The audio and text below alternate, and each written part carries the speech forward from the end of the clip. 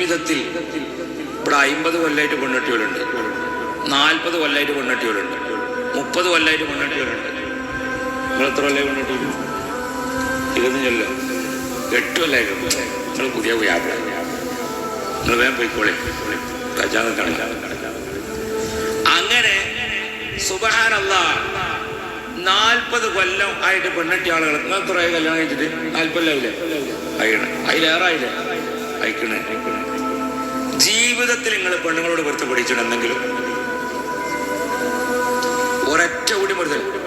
അങ്ങാടിയത്തെ ആളുകളോടൊക്കെ പൊരുത്തപ്പെടിച്ചും അയൽവാസികളോടൊക്കെ പൊരുത്തപ്പെടിച്ചും ഹജ്ജിന് പോകുമ്പോൾ വരെ പെണ്ണുങ്ങളോട് പൊരുത്തപ്പെടിക്കൂല. ഹജ്ജിന് പോകുമ്പോൾ പെണ്ണുങ്ങളോട് എങ്ങനെ പറയാം? നാട്ടുകാരൊക്കെ വിളിച്ച് കൊയ്മന്തിയൊക്കെ ഉണ്ടാക്കിയിട്ട് എല്ലാവരോടും പൊരുത്തപ്പെടിക്കും. ഞാൻ എന്തെങ്കിലുമൊക്കെ പറഞ്ഞെങ്കിലൊക്കെ പൊരുത്തപ്പെടും. എവിടെ പൊരുത്തപ്പെടണം? ആ കൊയ്മന്തിയിൽ പോയി കിട്ടുന്ന അല്ലാത്താണ്. അയിമലൊന്നും പൊരുത്തപ്പെടൂല. നിങ്ങൾ 6.5 ലക്ഷം റുപ്യ വടിയാവും. ഹജ്ജിനോട് 6.5 ലക്ഷം വടിയാവും. പൊരുത്തപ്പെടിക്കലൊക്കെ നല്ല പൊരുത്തപ്പെടിക്കണം. അല്ലാഹ്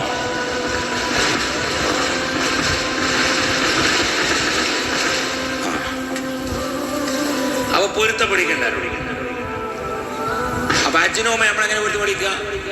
10 മോച്ച് ബേജാറാണ്ട് 4 പീസം കഴിഞ്ഞാൽ ഞാൻ അങ്ങോട്ട് വരും.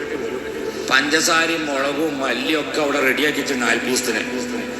ഇനി എനിക്ക് മീനും ഇറച്ചിപ്പോ കൊണ്ടുവന്നേക്കാൻ പോലെ കുടിസാരം വരുമ്പോൾ ഓരോരുത്തർ വാങ്ങിക്കൊണ്ട്. അപ്പൊ ഈ പെണ്ണിന്റെ മനസ്സിൽ നിങ്ങൾ ഇനി 80 ദിവസം കഴിഞ്ഞിട്ട് വന്നാലും പരാതിയില്ല, കാരണം അതോടെ സുഖം കിട്ടുമല്ലോ. നിങ്ങൾ 40 ദിവസമല്ല 80 ദിവസം കഴിഞ്ഞിട്ട് വന്നാലും ഒരു കുഴപ്പമില്ല, കാരണം അതുവരെ സമാധാനം കിട്ടുമല്ലോ. അതിപ്പോ നിങ്ങളെ പെണ്ണുങ്ങളിപ്പോ നിങ്ങളെ പറ്റി പറയുമല്ലേ? ഇപ്പൊ നിലവിൽ നിങ്ങളെ പെണ്ണുങ്ങൾ അത് പറയുമല്ലേ? അവിടെ നമ്മൾ ചിന്തിക്കണം, അവിടെ നമ്മൾ ചിന്തിക്കേണ്ടത്. അതുകൊണ്ട് ഭാര്യമാരോട് പൊരുത്തപ്പെടിക്കണം. ഭർത്താവിന്റെ അവഗണനയെ പറ്റിയുള്ളൊരു ചോദ്യമാണ്. ഞാൻ ഒരു പ്രവാസിയുടെ ഭാര്യയാണ്, 2 മക്കളുണ്ട്. ഒറ്റക്ക് ഒരു വീട്ടിലാണ് താമസം. മക്കളുടെ എല്ലാ കാര്യങ്ങളും ആവശ്യങ്ങളും ഒരു സഹായവും ഇല്ലാതെ ചെയ്യുന്നു. ഭർത്താവ് ഇടക്കിടക്ക് വരുന്ന ആളല്ല, വർഷങ്ങൾ എടുത്തിട്ടേ അയാൾ നാട്ടിൽ വരുള്ളൂ. കുറഞ്ഞ ദിവസങ്ങൾ മാത്രമാണ് വീട്ടിലുണ്ടാവുക.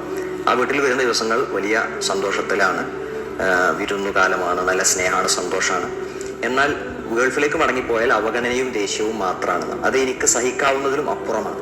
ഞാൻ അനുഭവിക്കുന്ന സങ്കടങ്ങൾക്കോ ഞാൻ ചെയ്യുന്ന ത്യാഗങ്ങൾക്കോ ഒരു നല്ല വാക്ക് പറഞ്ഞത് ഞാൻ കേട്ടിട്ടില്ല.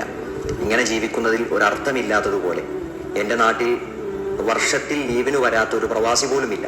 കൂടെ ജീവിക്കാൻ ഒരുപാട് ആഗ്രഹമുണ്ട്. അങ്ങനെ പറയുമ്പോൾ തിരിച്ച് ദേഷ്യമല്ലാതെ ഇൻഷാ അല്ലാ എന്ന് പോലും പറഞ്ഞു കേട്ടിട്ടില്ല. 3 വർഷം സഹിച്ച് 3 മാസത്തെ സ്നേഹം ഇപ്പോൾ മടുപ്പായി തോന്നുന്നു. സങ്കടം കൂടുമ്പോൾ മക്കളെ ശ്രദ്ധിക്കാനോ അവരെ പഠിപ്പിക്കാനോ പറ്റാത്ത അവസ്ഥ. രാത്രിയിൽ ഉറക്കം കിട്ടില്ല.